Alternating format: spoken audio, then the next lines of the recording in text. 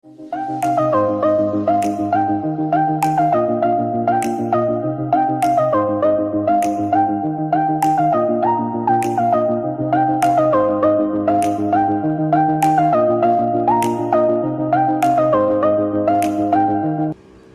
guys, ito na po ang gagawin natin. Titignan natin kung magkakasya itong gamit namin sa pang-camping. Lahat dito sa Toyota Vios namin. Tignan nyo naman kung gaano kadami ang gamit namin, no? Pagkakasyahin namin yan, magti-tetris kami dyan sa loob ng sasakyan para magkasya lang yan.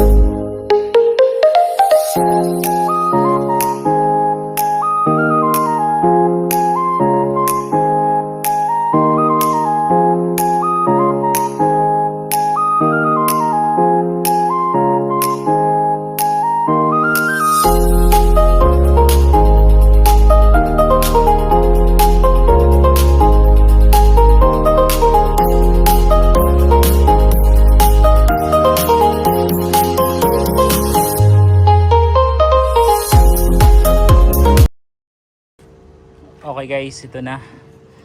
Ito na yung kinalabasan ng pagti-tetris namin. Punong-puno yung trunk. Pero pwede pa magsiksik ng mga damit or ilang maliliit na gamit dyan. So punong-puno. Tapos dito sa gitna namin, andito yung mga camping chair. 3 camping chair, itong mga boxes namin. Tapos dito pwede pa magpatong ng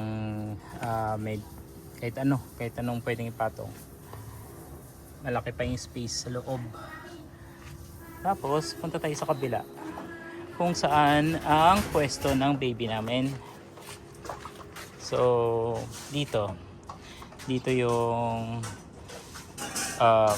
car seat niya. So yung paa niya dito naman, pwedeng nakapatong lang dito yung paa niya. Yan, hindi naman siya masyadong masisikipan. Tapos may fan naman siya doon, hindi naman siya may initan. Ayan yung pwesto niya. Okay, so nagkasya. Actually pwede pa maglagay ng ilang gamit. Tapos kinagandahan yan, ayan, Testing natin isara.